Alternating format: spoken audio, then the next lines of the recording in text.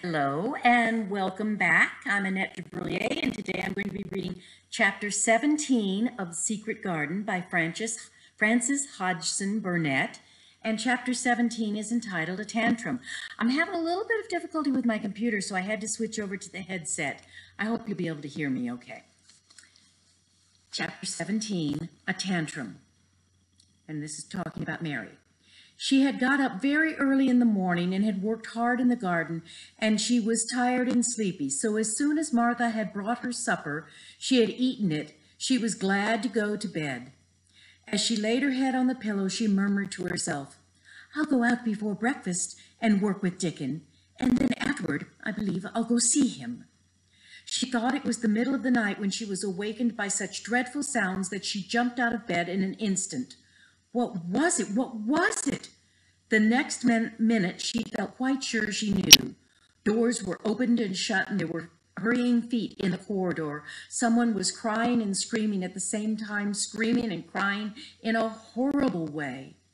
"It's Colin," she said. "He's having one of those tantrums the nurse called hysterics. How awful it sounds." As she listened to the sobbing screams, she did not wonder that people were so frightened that they gave him his own way in everything rather than hear the screams. She put her hands over her ears and felt sick and shivering. "I don't know what to do. I don't know what to do," she kept saying. "I can't bear it." Once she wondered if he would stop if she would dare go see him, and then she remembered how he had driven her out of the room and thought that perhaps the sight of her might make him even worse. Even when she pressed her hands more tightly over her ears, she could not keep the awful sounds out. She hated them so and was so terrified by them that suddenly they began to make her angry, and she felt as if she should fly into a tantrum herself and frighten him as he was frightening her. She was not used to anyone's temper but her own. She took her hands from her ears and sprang up and stamped her foot. "He ought to be stopped. Somebody ought to make him stop. Somebody ought to beat him," she cried out. Just then she heard feet almost running down the corridor, and her door opened and the nurse came in. She was not laughing now by any means. She even looked rather pale. "He's worked himself into hysterics," she said in a great hurry. "He'll do himself harm. No one can do anything with him. You come and try. Like a good child, he likes you." "He turned me out of the room this morning," said Mary, and stamped her foot with excitement. The stamp was rather pleased the nurse. The truth was she had been afraid she might find Mary crying and hiding under the bedclothes. "That's right," she said. "You're in the right humor. You go and scold him. Give him something new to think of. You go, child, as quick as ever you can." It was not until after that Mary realized that the thing had been funny as well as dreadful. That it was funny that all the grown-up people were so frightened that they came to a little girl because they guessed she was almost as bad as Colin himself. She flew along the corridor, and the nearer she got to the screams, the higher her temper mounted. She felt quite wicked by the time she reached the door. She slapped it open with her hand and ran across the room to the four-poster bed. "You stop!" she almost shouted. "You stop! I hate you. Everybody hates you. I wish you would run out of the house and let your scream yourself to death. You will scream yourself to death in a minute, and I wish you would."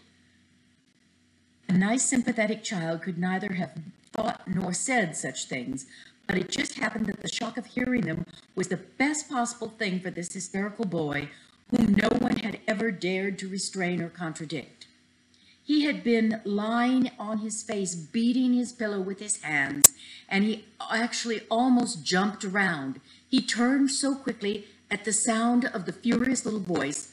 His face looked dreadful, white and red and swollen, and he was gasping and choking, but savage little Mary did not care an atom.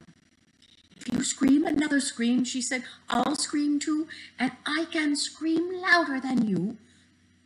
And I'll frighten you. I'll frighten you." He actually had stopped screaming because she had startled him so. The scream which had been coming almost choked him.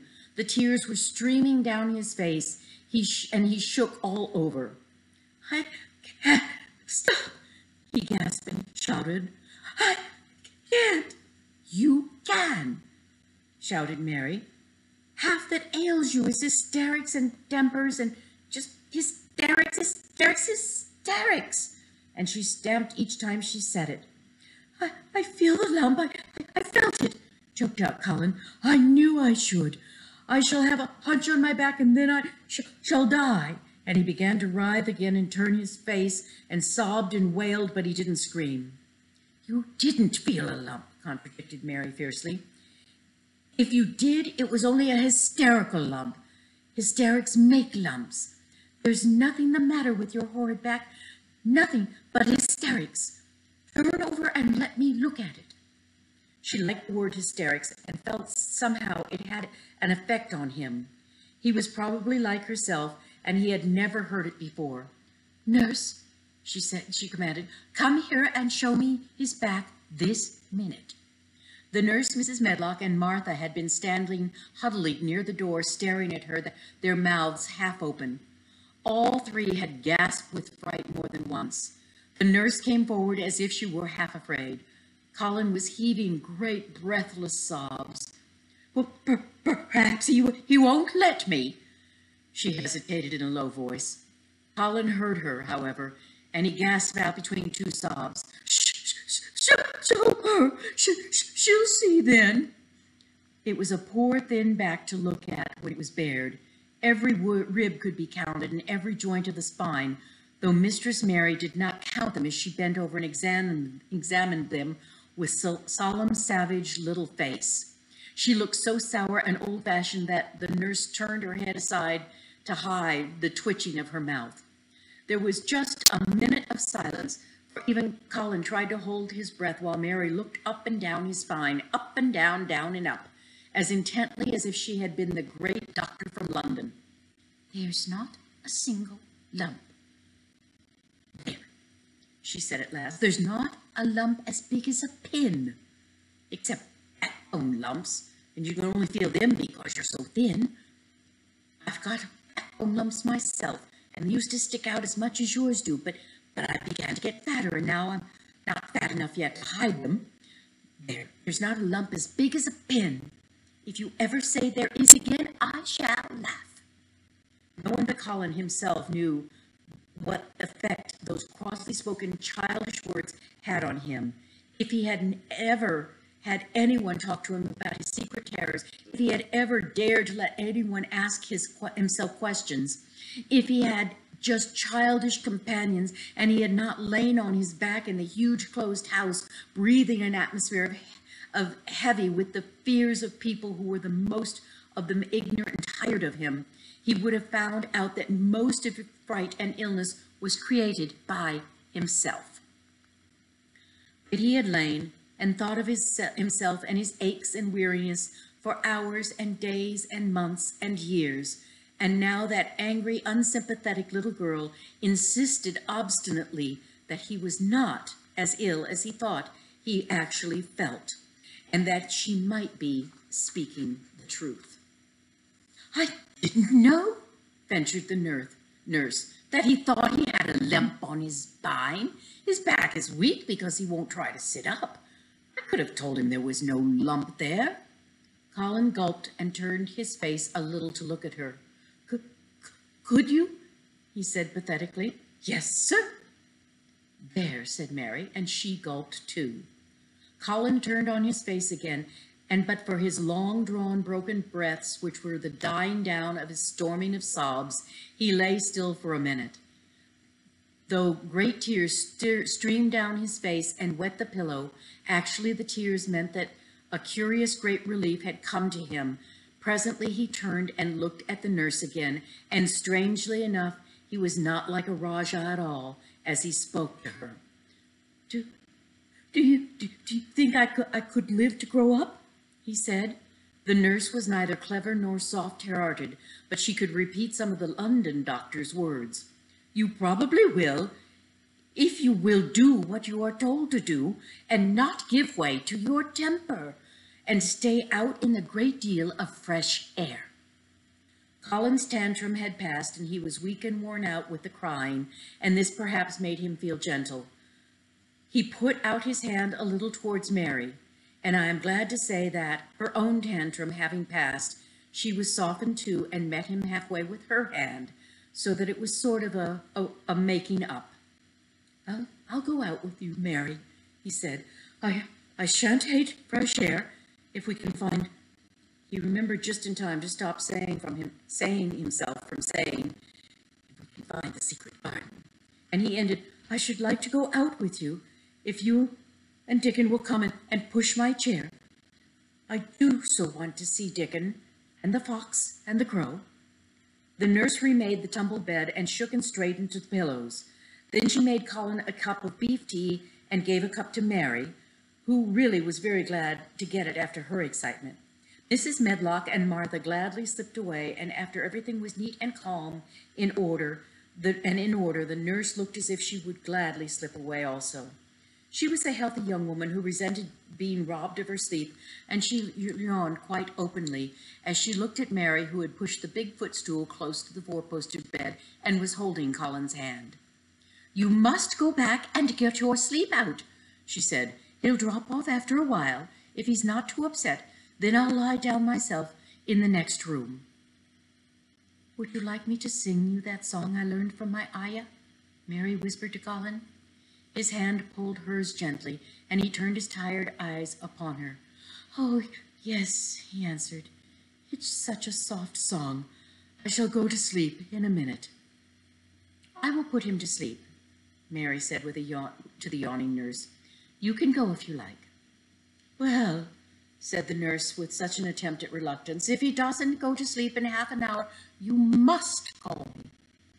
Very well, answered Mary. The nurse was out of the room in a minute, and as soon as she was gone, Colin pulled Mary's hand again. I almost told, he said, but I stopped myself in time.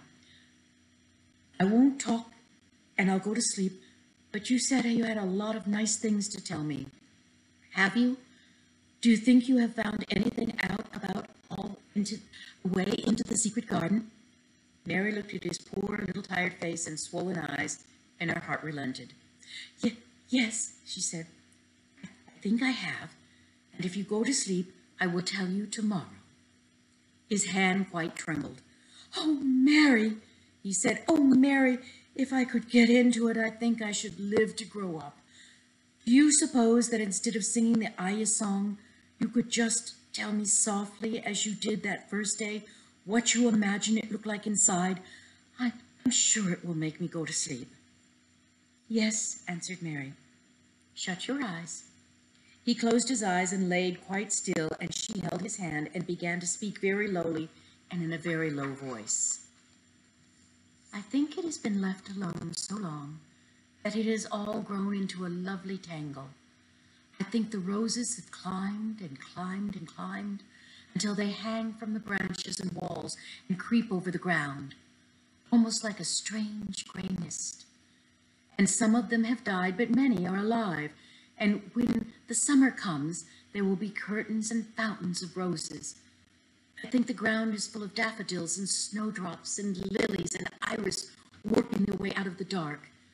Now the spring has begun, and perhaps, the soft round of her voice was making him stiller and stiller, and she saw it, and she went on. Perhaps they're coming through the grass. Perhaps there are clusters of purple crocus, and gold ones even now. Perhaps the leaves are beginning to break out and uncurl, and perhaps the gray is changing to a green gauze veil, is creeping and creeping over everything. And the birds are coming to look at it because it is so safe and still. And perhaps, very softly and slowly indeed, the robin has found his mate and is building a nest. And Colin was asleep. And that's the end of chapter 17.